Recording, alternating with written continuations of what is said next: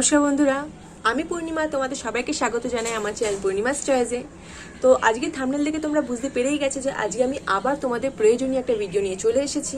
তাই ভিডিওটা যদি ভালো লাগে তাহলে অবশ্যই ভিডিওটাকে একটা লাইক করবে, সাথে কমেন্ট করে দেবে, আর সেই সাথে বন্ধুদের সাথে শেয়ারও করে দেবে।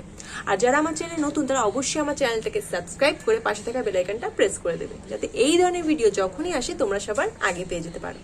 তাহলে চলো আর কোনো রকম কথা নষ্ট না করে আমরা আমাদের আজকের এই ভিডিওটা শুরু করি। তো এখানে আমি অলরেডি কাপড় কিছুটা কেটে রেখেছি, জাস্ট তোমাদের আমি এর মাপটা দেখিয়ে দেবো, সহজে যাতে মাপটা দেখিয়ে দিতে পারি সেই জন্য এরভাবে কেটে রাখা। দেখো এর লেন্থ আমি নিয়েছি 14.5 ইঞ্চি, আর এর চওড়াটা আমি এখানে রেখেছি 2.5 ইঞ্চি। এটা আমাদের জামার জন্য। নেক্সট যে টুকরোটা আমি কেটেছি এখানটাতে, এটা হচ্ছে টোটাল হলুদ রঙের কাপড়টা আমি এখানে কুচির জন্য রেখেছি। তোমরা জাস্ট এর চওড়াটা দেখে নাও, 2.5 ইঞ্চি রেখেছি। আর তোমরা যতটা কুচি করবে সেই অনুযায়ী কাপড় নিয়ে নেবে। আর এটা হচ্ছে আমাদের টুপির জন্য আমি এখানে লেন্থ রেখেছি 6 ইঞ্চি, আর চওড়াটা রেখেছি 2.5 ইঞ্চি। এবার আমরা স্টিচের দিকে যাব। তো প্রথমে আমরা কুচির জন্য যে কাপড়টা নিয়ে নিয়েছি, এটা দিয়ে ফার্স্টে কুচিটা বানিয়ে নেব। তার জন্য এতগুলো টুকরো আমার কাছে রয়েছে, যেহেতু আমি পুরো কাপড়টা পাইনি, তো আগে টুকরোগুলোকে আমি এভাবে জয়েন্ট করে নেব। জয়েন্ট করে নিয়ে একটা চেন যখন হয়ে যাবে তখন এটার একটা ধার মুড়ে নেব এপাশে।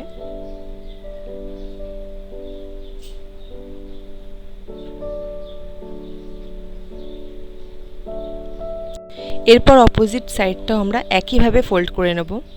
তবে খেয়াল রাখবে পুরোটাকে কিন্তু আমরা এখানে ফোল্ড করব না, আমরা কিছুটা কাপড় এখানে বাঁচাবো, কারণ এখানে আমাদের দু ধরনের কুচি হবে, যেটার একটা সাইড ফোল্ড করা থাকবে আর একটা সাইড ফোল্ড করা থাকবে না। সো এখানে আমি এইটুকু কাপড় এখান থেকে কেটে রাখবো, কারণ আমি আগেই বললাম যে আমি অন্য ধরনের কুচি করব, মানে অন্যভাবেও কুচি করব। তো যেইটুকু আমাদের দুপাশে ফোল্ড করা হয়েছে তার কুচিটা একবার দেখে নাও। বেশি ডিফিকাল্ট নয়, জাস্ট একটা করে ফোল্ড করে নিয়ে তোমাদেরকে মিডিল থেকে সেলাইটা দিতে হবে, কোনো সাইডে নয়, অনলি মিডিলে সেলাই দিয়ে পুরো কুচিটাকে আমাদের কমপ্লিট করতে হবে। আচ্ছা, কুচিটাকে বানাতে হবে কতটা? দেখো বেশি কম হয়তো হয়ে যেতে পারে, বাট এখানে আমাদের একটা মাপ অনুযায়ী, যে টুকরোটা আমরা কেটেছি কিছুক্ষণ আগে সেই অনুযায়ী করতে হবে। এবার আমি একদম কোনো রকম মাপ ছাড়াই এখানে কুচিটা বানিয়ে নিয়েছি। এবার কিছুক্ষণ আগে কেটে রাখা যে কাপড় টুকরোটা আমি রাখলাম কুচি করব বলে, সেটাকেও আমি এখানে একসাথে কুচি করে নেব। নর্মাল কুচি, এটা একদম নর্মাল কুচি, সেজন্য অতটা ভালোভাবে তোমাদেরকে দেখাচ্ছি না। একদম নর্মাল কুচি, দেখো যে ধরনের কুচি আমি জেনুইনলি দেখিয়ে থাকি। এটাকে পুরোটা কুচি করা হয়ে গেলে আমরা যে প্রথমে যে কাপড়টা দেখলে, এই কাপড়টাকে এইভাবে ফোল্ড করে নেব। এটা আমাদের জামার জন্য কাটা কাপড়। ফোল্ড করে আমি এখানে দেখো একটা স্টিচ দিয়ে নিয়েছি। কোনো কারণে আমার একটা ক্লিপ মিস হয়ে গেছে, তো যদিও আমি বুঝতে পারছি তোমরা জিনিসটা বুঝতে পারবে। একটা স্টিচ দিয়ে নিয়ে একপাশে আমি জিনিসটাকে উল্টো থেকে সোজা করে নিলাম।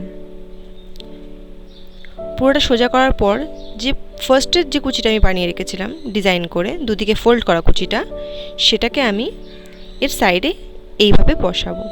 এমনভাবে বসাবো যাতে কাপড়টা আমাদের সামনের দিক থেকে অনলি 1/2 ইঞ্চি দেখা যায়। অনলি 1/2 ইঞ্চি রেখে বাকিটার উপর বসিয়ে একদম ধারে স্টিচটা করব, মিডিলে না। খেয়াল রাখবে মিডিলে নয় কিন্তু ধারে, কারণ আমাদের অলরেডি মিডিলে একটা স্টিচ আছে।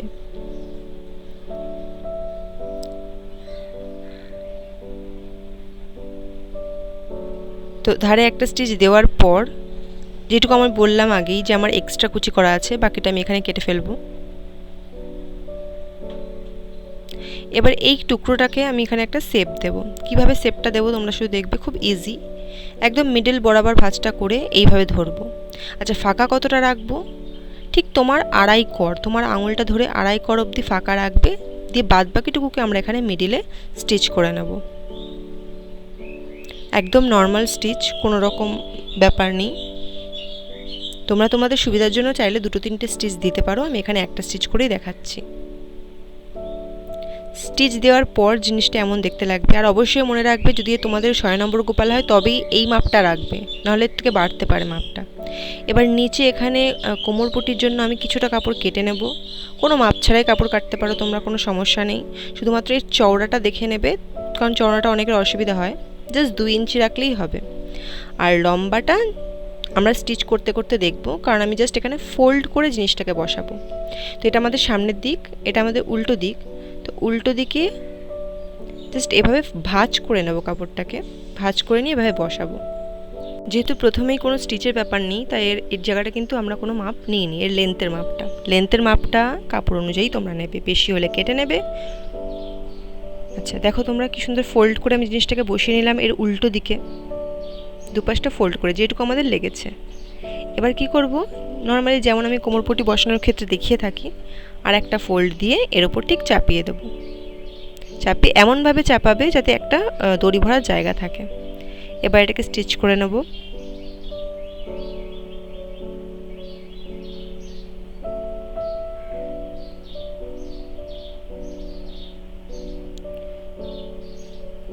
স্টিচ করার পর জিনিসটা এমন দেখতে লাগছে।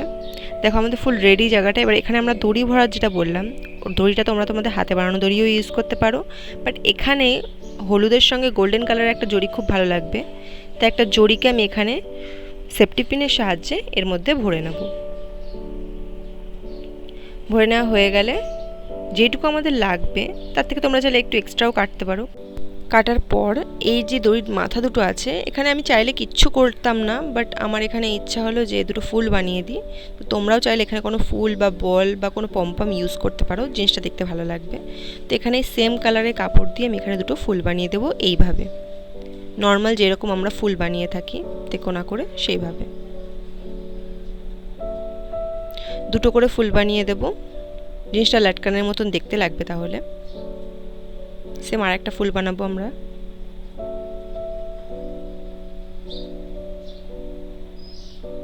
তোমরা চাইলে যেভাবে আমি বানাচ্ছি সেভাবেও বানাতে পারো, তাই জন্য এতটা ক্লিয়ারলি দেখিয়ে দিচ্ছি তোমাদেরকে।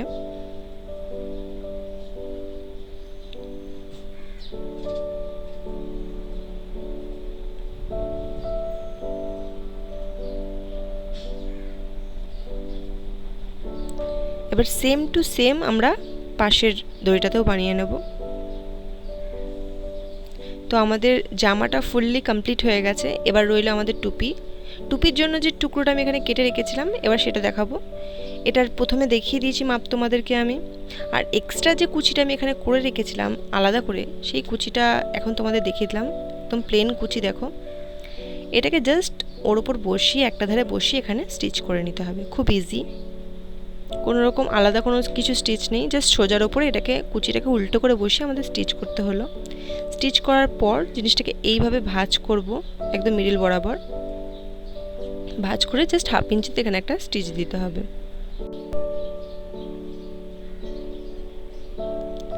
আমার এখানে ফুল স্টিচ দেওয়া হয়ে গেছে।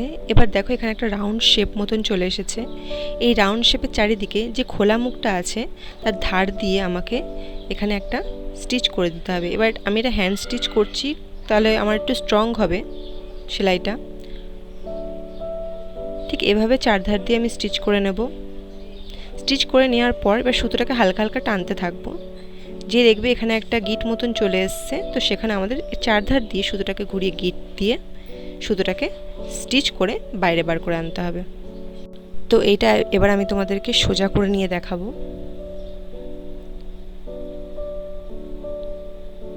খুব সুন্দর কটনের নিট অ্যান্ড ক্লিন সামার টুপি।